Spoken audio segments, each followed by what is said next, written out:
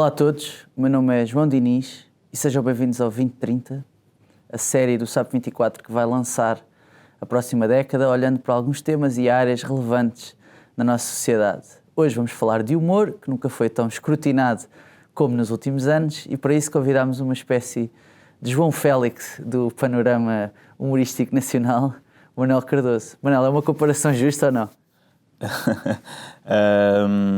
Não sei, eu gosto de trabalhar nas minhas equipas do coração, por isso é que mantenho até a minha colaboração com o SAP 24, ao contrário do João, que muito cedo foi atrás de outros patamares.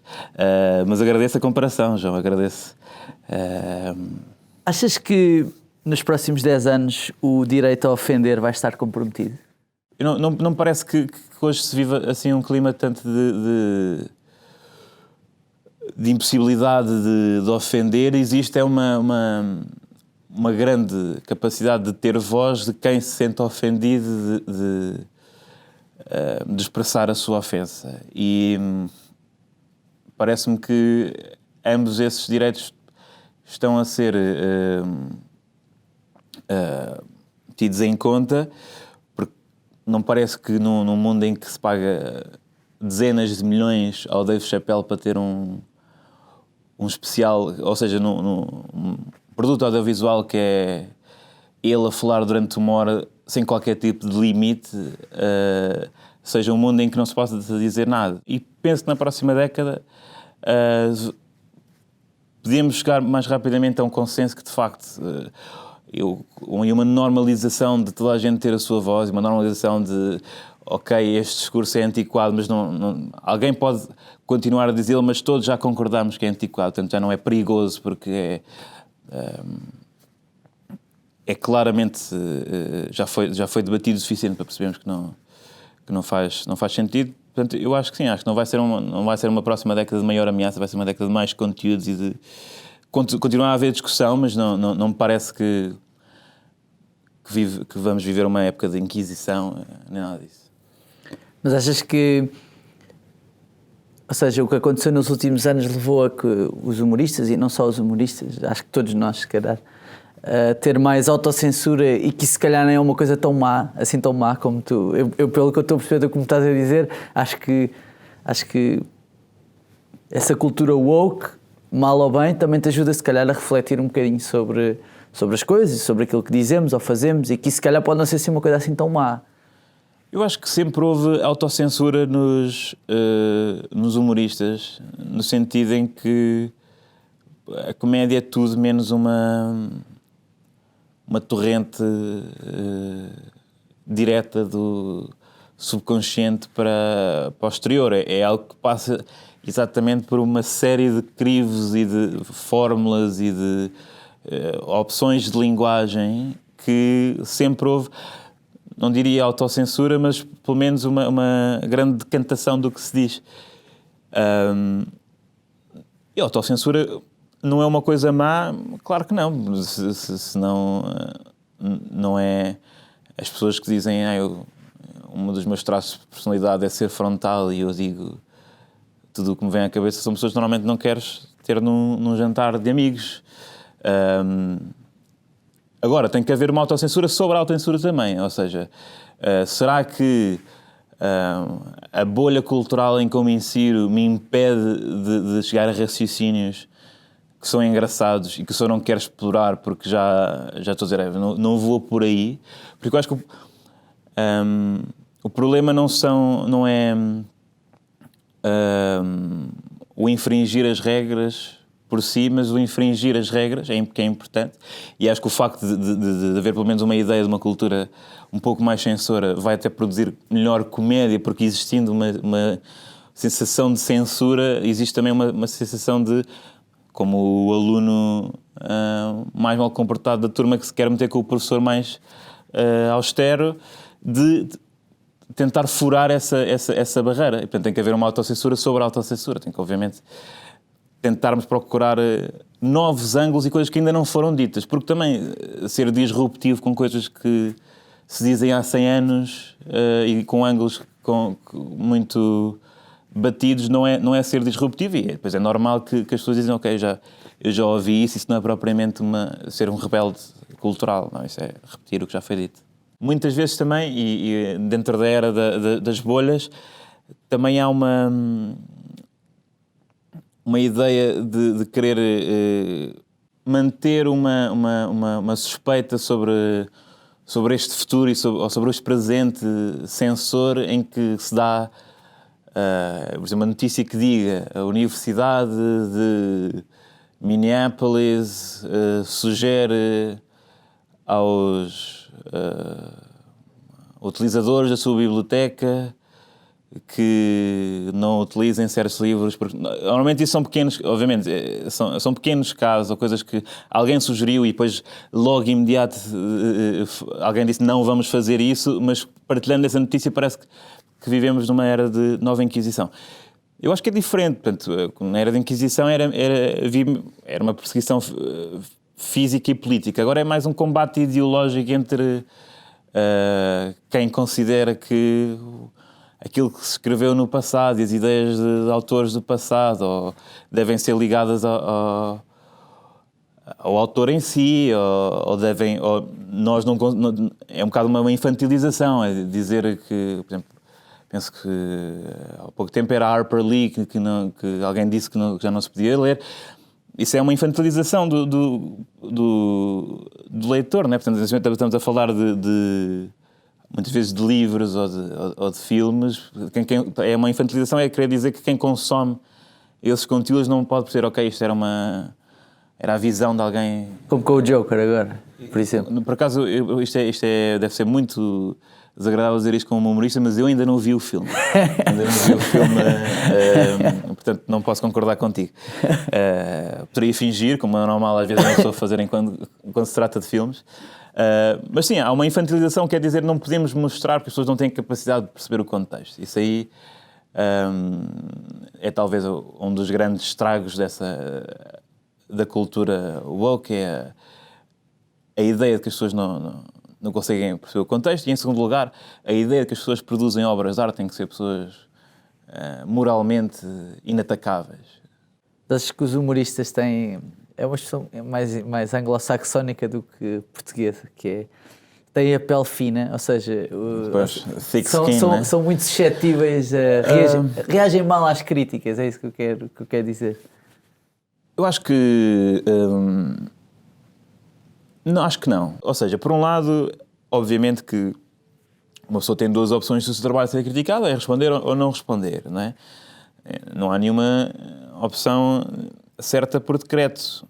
Mas, por um lado, eu acho que os humoristas, ou seja, há uma valorização excessiva do papel do humorista, tendo em conta às vezes algumas críticas ou o trabalho que se tem a criticá-lo, porque não é um elemento central da sociedade, não é um elemento com responsabilidade, não é sequer um elemento em que as pessoas, quando estejam a observar o seu trabalho, o tomem como verdades absolutas. Lá está, há um contexto, e o contexto é o da comédia.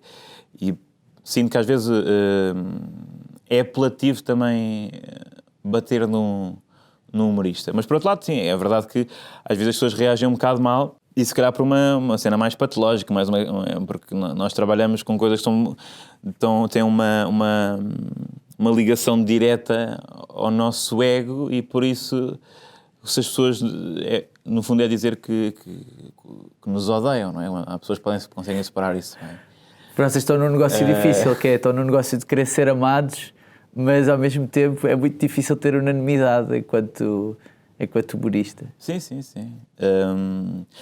Por acaso há uma frase que se diz muito, que é: se não tiveres a irritar ninguém, não estás a fazer bem o teu trabalho, que é uma frase muito defensiva que nós utilizamos quando na verdade a maior parte fizeram que toda a gente o certo seria que toda a gente gostasse de nós.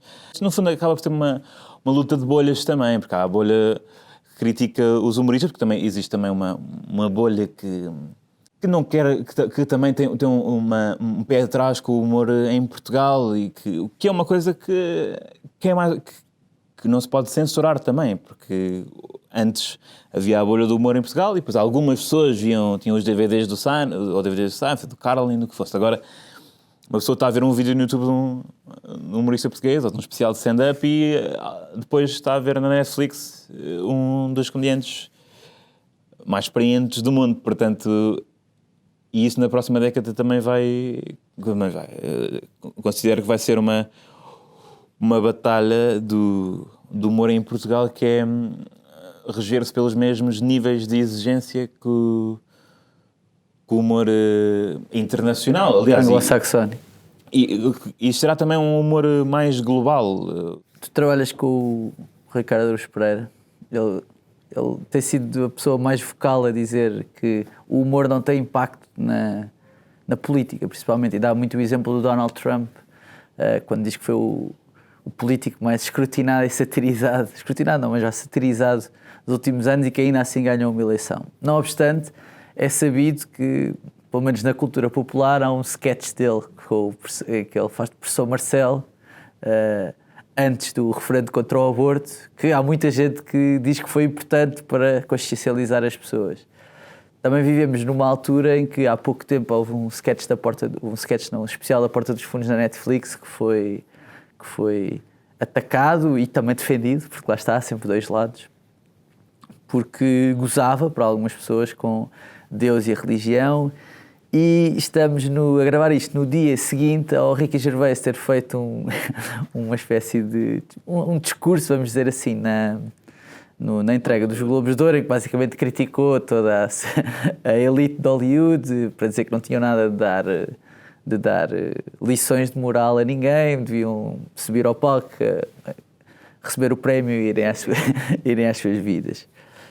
Posto isto, a pergunta que eu te faço é: qual é que achas que vai ser o papel do humor na liberdade de expressão e, se quiseres, na cultura pop nos próximos anos? Porque estas duas coisas estão a acontecer, não é? Por um lado, há quem desvalorize aquilo que é dito e aquilo que é feito, e por outro lado, claramente que isso tem um impacto, não é?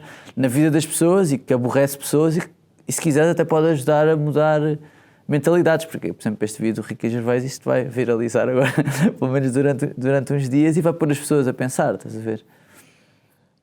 Eu acho que, em primeiro lugar, o humor ter poder de mudar mentalidades é uma consequência, pode ser uma das várias consequências da comédia, e, sobretudo, uma mais involuntária do que o principal objetivo, que é ter graça. Portanto, pode acontecer, como pode acontecer qualquer conteúdo, nos levar a mudar a nossa forma de pensar, mesmo não sendo esse o seu objetivo, ou mesmo sendo um objetivo secundário. Mas normalmente no humor há essa, se quiseres, os humoristas, alguns, não são todos, têm essa desresponsabilização de não, eu estou só aqui a fazer piadas, o que eu faço não tem esse impacto. Quer dizer, porque não é um objetivo principal, e assim que se assume que é... estraga a piada. Exato. O que é giro é o Ricky Gervais estar-se... parecer que não quer saber do que está a dizer. Tanto que ele é bastante, na minha opinião, tem muito menos graça quando fala sobre os direitos dos animais, que são importantes, mas ele ali assume uma posição tão política e tão pregadora, que, por muito que sejam causas legítimas, que eu aí não lhe ligo muito, porque não é por isso que eu sigo o Ricky Gervais. Eu sigo o Ricky Gervais para ele dizer aquilo que ninguém na sala está a dizer, aquilo que vai causar um ambiente meio esquisito e ao mesmo tempo uma admiração por ter sido assertivo, que foi, neste caso, de falar de como é que estes privilegiados só como ele, né, estes multimilionários, a quem a vida mudou zero desde a eleição do Trump ou de qualquer uma dos incêndios na Austrália. Na Austrália. Se calhar tem alguma propriedade lá, não é? Sim, podem gostar muito de cangurus, pode haver algumas ligações emocionais, mas A maior parte das vezes vivem também numa bolha e que e ele está ali a desmascarar o facto de haver um aproveitamento lucrativo de causas, que é, essas pessoas precisam de trabalho na área, tanto no meio, e para ter trabalho no meio, para ser admirado, tem que estar neste momento do lado certo da história. Por muito que, não estou a dizer que isto são todos, mas certamente muitos terão cooptado esse discurso quando nunca na vida falaram disso. Não que isso tenha mal, eu acho que, por exemplo, o Trump fala muito dos atores de Hollywood, o que é que têm a dizer? Quer dizer, têm bastante, não é? São agentes culturais e, portanto, devem ter muito a dizer sobre política. Só que, obviamente, há momentos em que parece um pouco oportunismo. Mas voltando à questão sobre o poder do humor, lá está, o sketch do aborto pode ter tido alguma influência, mas pode ter tido alguma influência porque, em princípio, na altura se tornou viral e, portanto, satirizando um dos lados da questão, acaba por apoiar o outro. Não, ou seja, eu penso que eles, os quatro, os gatos frente na altura, se declararam a favor do sim nesse referendo. Mas eu acho que funcionou porque se estava a satirizar uma das posições, até uma posição bastante sonsa, do atual Presidente da República. E, portanto, isso irá levar as pessoas a dizer, portanto, estamos aqui na presença de uma manobra de nem sim nem não do Marcelo, logo eu vou votar que sim, porque isto são argumentos que são parvos da parte dele. E, portanto, isso pode, mas não tenho nenhuma dúvida que no processo criativo desse sketch não esteve de modo algum envolvido a dizer nós vamos agora mudar o sentido de voto, que nós agora, com o programa que tem 1 milhão, temos aqui a oportunidade de mudar o sentido de voto. Não, isso nunca acontece, nunca aconteceu em gente não sabe estar. Portanto, mais tarde agora, já no disco, que é uma espécie de magazine, em todos os programas em que eles falavam de política, satirizavam ambos os lados e não me parece que se tivesse em causa o lado em que eles concordassem em ganhar uma eleição, não iriam deixar de fazer um sketch do que fosse engraçado. Então achas que nos próximos 10 anos o papel do humor na liberdade de expressão vai ser exatamente o mesmo que existiu nos 100 anos atrás? Acho que não houve grandes alterações. Por exemplo, agora estamos a falar da Porta dos Fundos, quando e em 2019, ou 2020, quando em 1900, e eu penso que o Life of Brian é de 1980, acho que é o ano do filme, houve a mesma polémica, portanto não... Com a última ceia do Hermano José também. Exato, em princípio, em quase todas as décadas houve uma polémica com fazer humor com religião. Acho que isso não sei se vai mudar muito. Acho que o humor funciona muito bem para efetivar e para sublinhar coisas que já à partida pensamos ou tendemos a pensar. E para irritar quem já pensava o contrário à partida. Tanto que, por exemplo, uma pessoa,